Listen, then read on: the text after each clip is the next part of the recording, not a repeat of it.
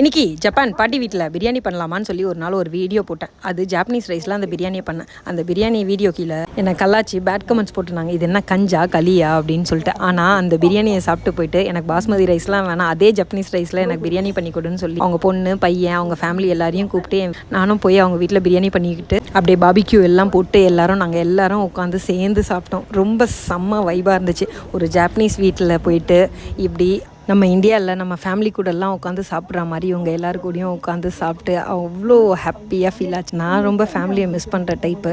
So இவங்க கூடலாம் இருக்கும் போது எனக்கு ஃபேமிலியை மிஸ் பண்ணுற மாதிரி இல்லை. இவங்கெல்லாம் என்னை சுற்றி ஒரு பெரிய ஃபேமிலி மாதிரி இருக்கு. ஜப்பானில் இன்னும் சில ஃபேமிலியில் மட்டும்தான் இப்படி எல்லாரும் சேர்ந்து ஒன்றா சாப்பிட்றது அப்படின்னு இருக்காங்க. ஏன்னா இப்போ எல்லாருமே அப்படியே தனித்தனியாக போயிட்டதுனால இப்படி ஜப்பானில் ஒரு ஜாயின்ட் ஃபேமிலியை பார்க்குறது ரொம்ப கஷ்டமாக இருக்கும். ஏன்னா அவங்கெல்லாம் பக்கத்து வீட்டில் வளர்ந்தவங்க எல்லாரையும் கூப்பிட்டு ஒன்றா சாப்பிட்டு சாப்பாடு செஞ்சு சாப்பிட்றதுலாம் ரொம்ப ஸ்டாலிஷ் மூமெண்ட் தான். நம்ம ஊரோட மூக்குக்கிளி விளையாட்டுலாம் பாட்டி கூட எல்லாரோட சேர்ந்து விளையாடி ரொம்ப ஹாப்பியாக ஃபன்னாக போய் நான் ரொம்ப என்ஜாய் பண்ணேன் இந்த டேவை. இன்னொரு நாள் பார்க்கலாம் வாங்க.